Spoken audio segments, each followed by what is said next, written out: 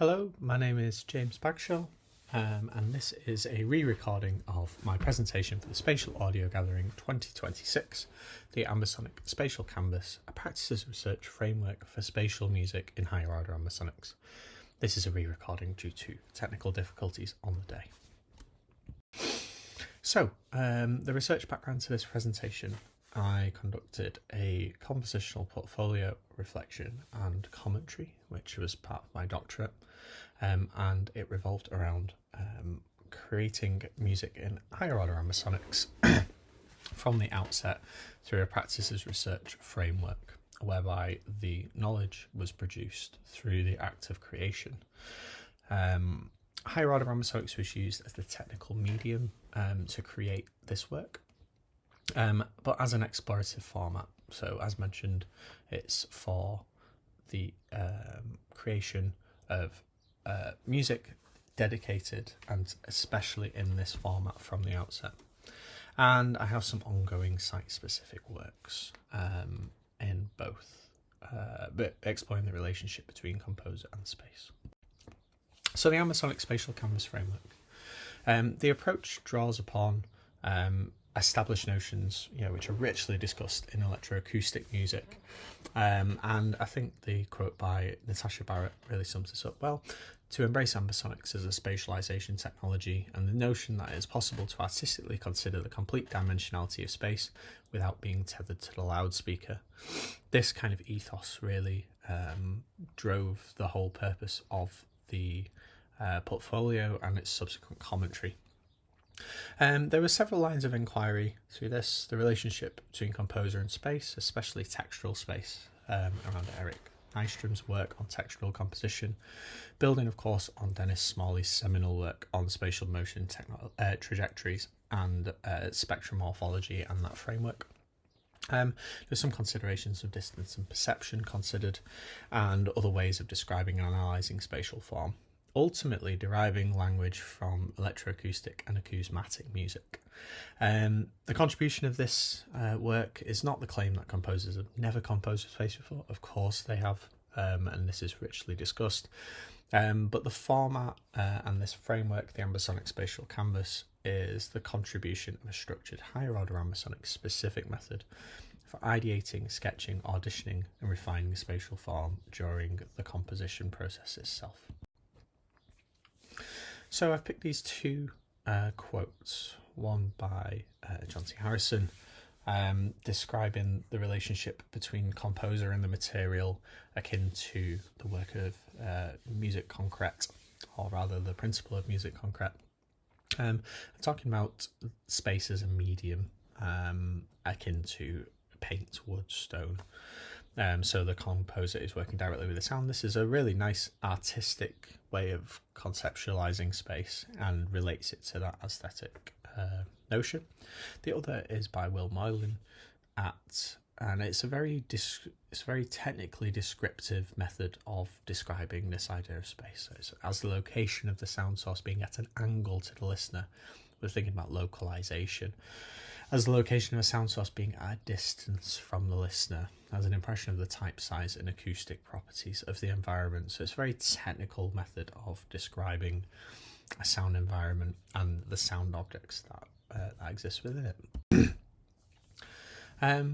Two visual analogies kind of underpin this framework. One would be this idea of broad brush space, whereby contiguous textures are developed through that contiguous motion across space, to kind of paraphrase Smalley. And the other would be a pointillistic space, or non-contiguous space, where we have these gaps in space between localized sounds or textures that create the constitute texture of space themselves. And just going into that detail, here are those discussions. So broad brush would be considered as a diffuse localization, where the entire canvas is used and revealed through the occupation of this motion across space, akin to broader gestures or wide areas of coverage, if we relate it to this idea of textual composition. localizable trajectories crossing space defined by paths, velocities, or residues. And pointillistic refers to areas of space or descriptions of sound space that are directionally localizable. So we might have smaller sound objects which really punctuate the space and feel quite localizable in a non-contiguous style. So we have spatially isolated morphologies, and the interaction of these sounds and the scattering of them across the regions forms the space itself. So the Ambisonic Spatial Canvas framework, this is what I'm presenting today.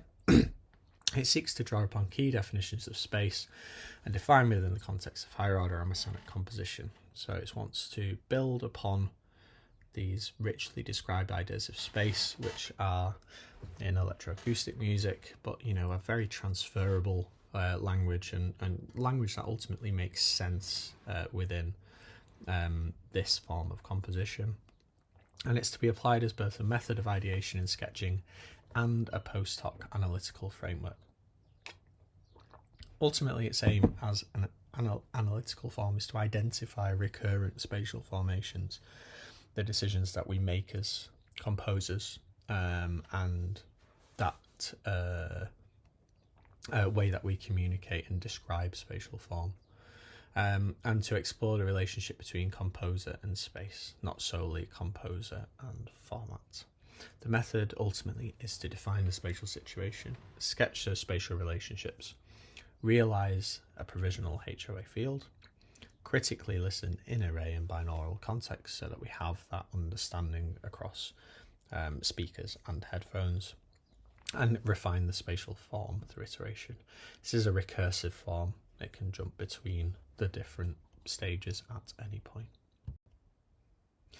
So I propose these definitions of space, building upon Smalley's definitions of space. I describe an immediate space as an intimate, close proximity, localizable and acoustically perceptible space. This can be likened to perspective or panoramic space in the context of Smalley, but to me, and within this portfolio of work, it ultimately led to this consideration of egocentric space and space, a sound space which occupies the immediate space or immediate tangibility of the listener. External space is anything beyond the bounds, beyond the perceived bounds of the immediate space. So Smalley might describe this as movement between peripheral space and proximate space, and we can consider characteristics of departure and emergence, the ways in which sound travels through external space to reach immediate space, and vice versa. How do they depart from the space? The diagram on the right hand side shows a visual representation of spheres in the same way that ambisonic panners might work, whereby we have an immediate space nested within an external space, again drawing on the ideas of Smalley's definition of nested space, of one space within another in perspectival space. So this is an example of a textual composition framework,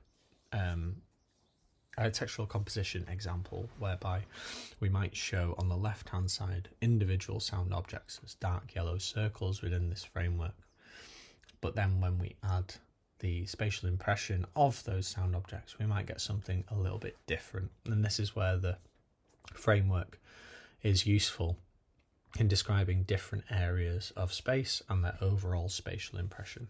So on the right hand side we have the spatial impression of the sound objects and the inferred spaces from those sound objects. So we have a point source versus a textural composition approach.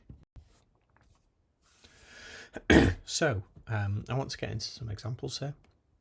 This is crafting spatial impressions. This is how I've considered creating these. So this example is taken from Helysynths in 2018. On the left side we have a diffuse textural external space, which is the opening of the piece, and as it continues we have more localizable textures emerging within this spatial form, and this is how they're visually described on the right hand side.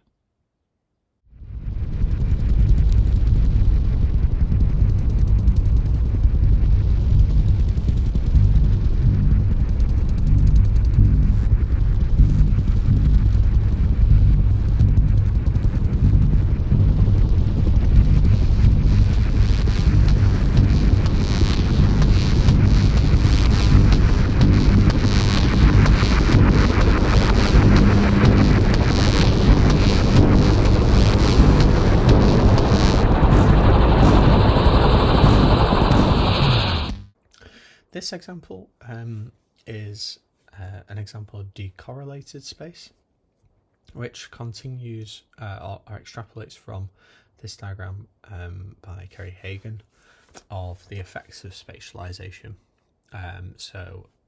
This is described in the diagram figure on the left by 3 individual sound trajectories, and figure 4 shows the spatialization result of the combination of those trajectories.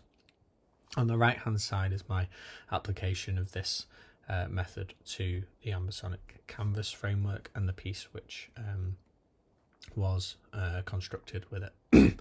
So importantly, this piece was considered in this frame whilst it was being composed. So we had a splitting of space. We had a height space, a mid space, and a low space.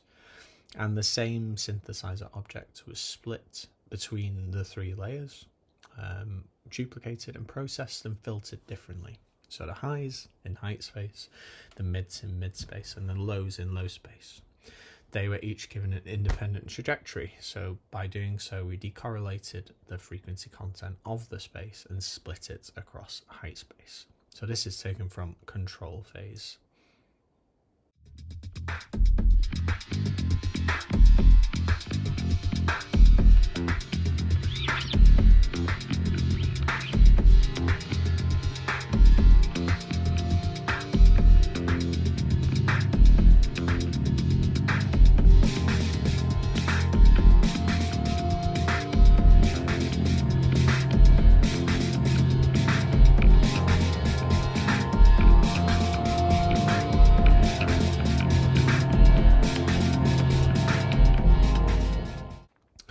This is another example taken from Machine, whereby an initial percussive space is established, and these are shown by localizable sound objects in orange and yellow circles, and some inferred trajectories of the kind of rapidly moving space. This is the opening of the piece, and an emergent tonal drone appears gradually from the external space and disrupts the space when it happens, and that's shown by the green emergent texture. So this is an example taken from Machine.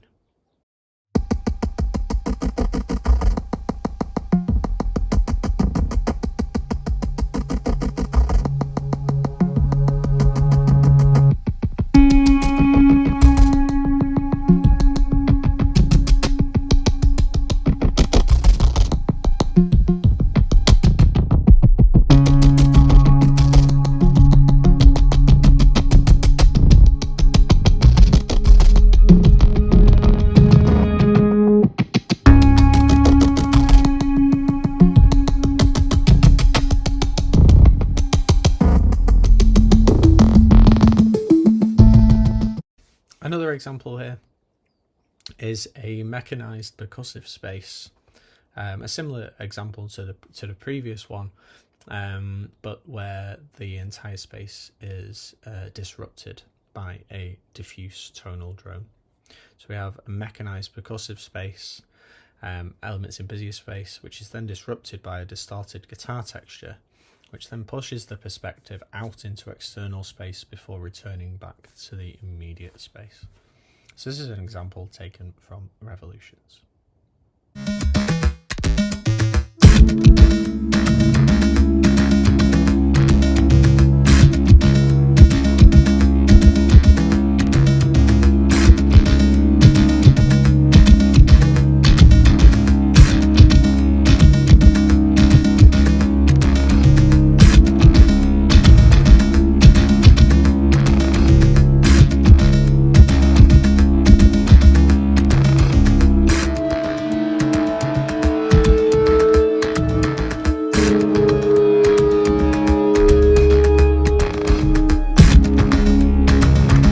This isn't an example that I played during the original presentation, and so I won't do today. But this is a more localizable textural composition example, whereby we have grouped areas of a percussion loop We have electric and acoustic piano spatial reflections within this immediate space. We have an orbiting shaker, which is very much moving just around height space, and then I have distorted gestural formation happening in external space to disrupt that. So we have a real contrast here. There's not much relationship between that external space and the immediate. They are two distinct layers. This can be listened to within my portfolio, which is contained in the references as we get to the end. So in summary, to sum up what the Ambisonic Spatial Canvas framework is, it's a higher-order ambisonic native compositional framework building upon existing shared definitions and understanding, as I've mentioned, through electroacoustic music and acousmatic traditions. It's a method for ideation, sketching, listening and refinement, and ultimately it's recursive, so we can use this as a pre-tool and a post-tool, and it gives us a method of considering space as an integral compositional component.